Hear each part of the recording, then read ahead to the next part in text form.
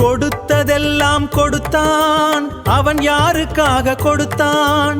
ஒருத்தருக்கா கொடுத்தான், இல்லை ஊருக்காக கொடுத்தான். மண் குடிசை வாசல் என்றால் தென்றல் வர வெறுத்திடுமா?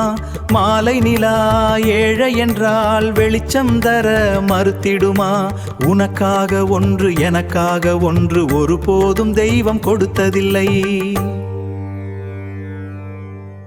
படைத்தவன் மேல் பழியுமில்லை, பசித்தவன் மேல் பாவமில்லை. கிடைத்தவர்கள் பிரித்து கொண்டார், உழைத்தவன் மேல் தெருவில் நின்றார். பலர் வாட வாட சிலர் வாழ வாழ ஒருபோதும் தெய்வம் பொறுத்ததில்லை.